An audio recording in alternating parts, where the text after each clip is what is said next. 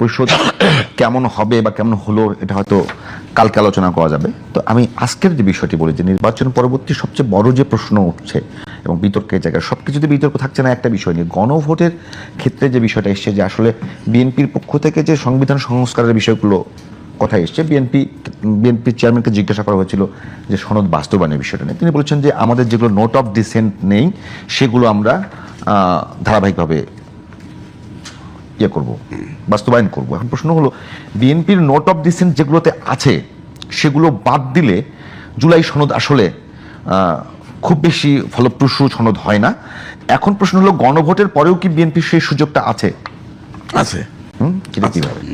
আমি বলছি যেগুলোতে অন্য দলের নোট অফ ডিসেন্ট আছে সেখানে নোট দেওয়া আছে, জুলাই সনদে নোট দেওয়া আছে যে ইশতেহারে এই ইস্যু যে দল আপত্তি দিল নোট অফ ডিসেন্ট, তারা যদি ইশতেহারে উল্লেখপূর্বক জয়লাভ করলে ব্যবস্থা নিতে পারবে, তারা তাদের ব্যবস্থা নিবে। সুতরাং উচ্চকক্ষ বরাবরই বলছে যে বিএনপি বলছে যে সিট বেসিসে হবে। আর জুলাই সনদে প্রধানমন্ত্রীর যে মেয়াদ সেখানে দুই টার্ম, সেখানে বিএনপির নেই, আপত্তি করে নাই। আর যদি বলছি উচ্চ কক্ষের বিষয়ে, হ্যাঁ উচ্চ অনেক জায়গায় সংখ্যানুপাতিক নিয়ে আমি বোঝার জন্য এরপরে রাজ্যকে আমি আপনাকে, আমার কাছে আছে, আমি আপনাকে দেখাচ্ছি ডকুমেন্ট, তাহলে আপনি পরিষ্কার বুঝবেন, একদম পরিষ্কার। ওকে, হ্যাঁ আপনি দেখেন, আমি বলতেছি উচ্চ কক্ষ দেখেন। হ্যাঁ উচ্চ কক্ষ, এই যে উচ্চ কক্ষ গঠন, মূল কথা আছে 18 নম্বর অনুচ্ছেদে আছে, নিম্ন কক্ষের নির্বাচনে প্রাপ্ত ভোটের সংখ্যানুপাতিক প্রতিনিধিত্ব পদ্ধতিতে উচ্চ কক্ষের 100 জন সদস্য নির্বাচিত হবে। পাশে কি লেখা আছে? আচ্ছা, পাশে হলো সবগুলো দল, 24টি দল একমত। এরপরে আছে 7টি দল ও জোট নোট অফ ডিসেন্ট। তারপরে নোট হলো নোট দিছে এখানে। অবশ্য কোন রাজনৈতিক দল বা জোট তাদের নির্বাচনী ইশতেহারে উল্লেখপূর্বক যদি জনগণের ম্যান্ডেট লাভ করে তাহলে তারা সেই মতে ব্যবস্থা গ্রহণ করতে পারবে। ওখানে কি 21 নম্বর আছে? কোথায়? যারা নোট অফ ডিসেন্ট দিয়েছে, বুঝি নেই। নোট অফ ডিসেন্ট যে কজন দিয়েছে, তবে তো 21 নম্বর হলো বিএনপি নাকি? না, নোট অফ ডিসেন্ট হলো দলের নাম উল্লেখ করে নাই, কিন্তু 21 নম্বর আছে, নাম্বারের দল আছে, আপনি দেখেন নাই? কি বুঝি পাশে কতগুলো নাম্বার আছে না, এই যে 12 13 14। না, পরিশিষ্টের না নোট অফ ডিসেন্ট যা দিয়েছে কয়টি দল? 7টি দল। 7টি দল নাম্বার বলেন। 7টি দলের নাম উল্লেখ করেন। নাম্বার আছে এখানে, নাম্বার তো বুঝবেন না। এই যে পরিশিষ্টের ক্রমিক নম্বর 1 16 17 21 মানে বিএনপি আছে, বিএনপি আছে 21 মানে বিএনপি, এটা শেষের দিকে।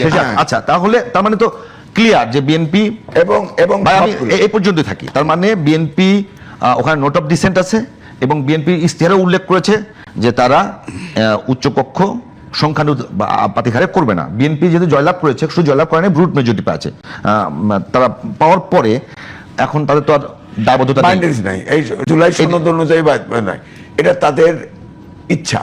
কারণ এখানে তো বলে দেওয়া হয়েছে নোটে যে ইশতেহারে দিছে, এবং যে সব জায়গায় নোট অফ ডিসেন্ট দিছে বিএনপি, প্রত্যেকটা আমি দেখছি প্রত্যেকটাতে এই উল্লেখ আছে এবং এইটা বলা আছে, নিয়ে যেতে পারবেন না, দেখেন। আমি নিয়ে যাবো, আপনার কি করবেন? না এই বই আমি, আচ্ছা এই বইটা আমার কাছে 10টা আছে, আপনাদের দুজনকে 5টা দেওয়া হবে। চিন্তা করতে এবার কি আমি বলবো কিছু? বলেন প্লিজ। এইটা হইল সমস্ত দলমত নির্বিশেষে তারা আলাপ করছে। হ্যাঁ, এটার ভিতরে 84টা সংশোধনী আছে। হ্যাঁ, ওকে। এটার ভিতরে এত দল বলার দরকার নেই, কোনটা আপনি একমত হয়েছেন, কোনটা দ্বিমত হয়েছেন, আমি কোনটা একমত দ্বিমত, এগুলো মার্ক করা আছে। ঠিক আছে। এইটা নিয়ে আমরা ঐক্যমত্যে আসতে পারি নাই তো, না পারি নাই বলেই তো গণভোটের সিদ্ধান্ত আসছে। গণভোট তো এমনি আসতো না, এইখানে যদি সবাই এগ্রি করে ফেলতে পারতো এই দলগুলা, এইটাই কথা বুঝেন, আমি বুঝতে পারছি। আমরা তো এগ্রি করে ফেলতে কোন ভোটে যে 4 দফা দিয়েছে সেখানে তো নোট অফ ডিসেন্ট বলেছি তো, আমি বলি, অর্থাৎ এখানকার নোট অনুযায়ী আমি বলতেছি, আমি বলতে ক্লিয়ার করতেছি, এটা একটু বোঝার জন্য। আমরা এখানে একমত হই নাই বলেই ফাইনালি গণভোটের প্রশ্ন আসলো, যেটা গণভোট, এটা হলো উকালতি আর্গুমেন্ট। আরে গণভোটের কথা হলো এখানে নোট অফ ডিসেন্ট আছে, এটা গণভোটে মানলাম তো, ডিসেন্ট সবাই তো গেছে, কথাটা বুঝতেছেন না কেন? এইটা আমরা ঐক্যমত হই নাই বলেই তো গণভোটে গেছি নাকি? না, তাহলে গণভোটের দরকারটা কেন? গণভোটে যে কোনো ইস্যু, নর্মাল প্র্যাকটিস যেটা, আগে সংসদে যে কোনো আইন যদি ইম্পর্টেন্ট হয়, আলোচনা হয়, এটা পাস হলে না হলেও গণভোটে যেতে পারে। এটা আরে ভাই, জুলাই এটা তো সনদ, আপনি কইতেছেন, এই যে আদেশ, এটা প্রেসিডেন্টের আদেশে 4 দফা করে দেওয়া হয়েছে। আমি কিন্তু বহুবার বলছি এই আদেশটা যেহেতু আরে, সংবিধান জীবিত, এই আদেশটা অবৈধ। ওনার কথাটা আমি বলতেছি, সুতরাং কোনো মতে অবৈধ। ঠিক আছে, গণভোট অবৈধ। অবৈধ। তবে জাতীয় নির্বাচন কি রে, জাতীয় নির্বাচন বৈধ? গণভোটনে জাতীয় আচ্ছা, নির্বাচন। আমি আমি শেষ করিনি। এখন আপনি বলছেন এখন রাজাকে বলেন যে এইটা তাহলে গণভোট না, না, অবৈধ। আমরা একমত হইতে পারি নাই বলে গণভোটে গেছি। গণভোট কেউ চাইছে আগে নির্বাচনে, কেউ চাইছে একই দিনে, ফাইনালি একই দিনে হয়েছে। এই গণভোটে ভিতরে 4টা দফা আছে, ক খ গ ঘ।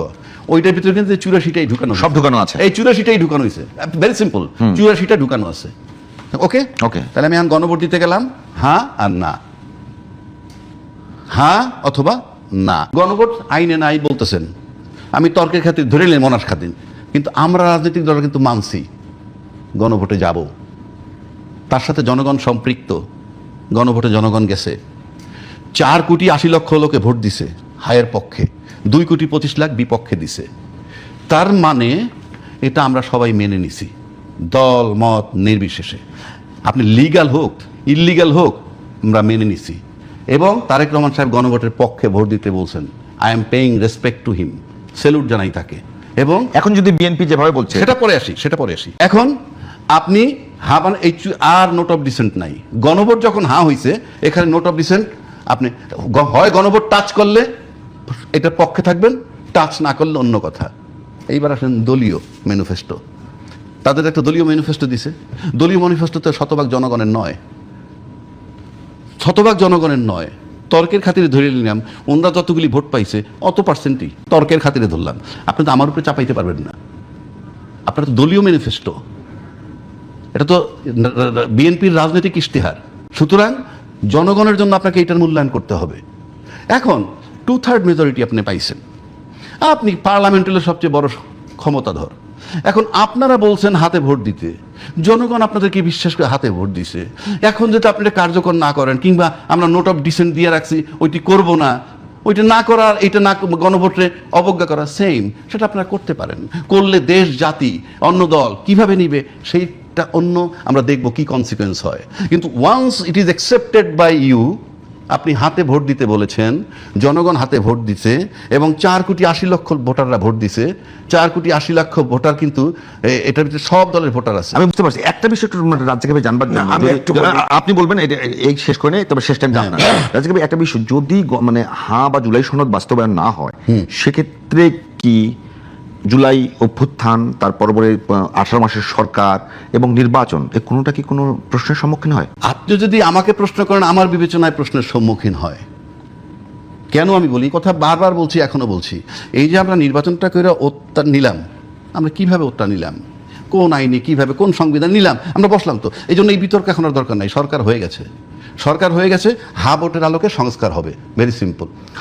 যদি যে প্রবণতা দেখা যাচ্ছে, সেক্ষেত্রে গণভোটকে যদি আপনি না করেন, অবজ্ঞা করেন, তাহলে আপনার একটা সিম্পল প্রশ্ন আসবে না যে আপনি এত বড় দল। আপনি শেষ, আপনার টাইম শেষ। আপনি যদি বলতে চান যে কালকে ওই যে গণপরিষদ, জুলাই সংবিধান সংস্কার পরিষদের সদস্যদের শপথ এবং জাতীয় সংসদের সদস্যদের শপথ দুইটা একসঙ্গে হবে, তো এইটা নিয়ে, এইটা না হওয়া পর্যন্ত আপনি চলবেন কিভাবে, এটা আমার প্রশ্ন।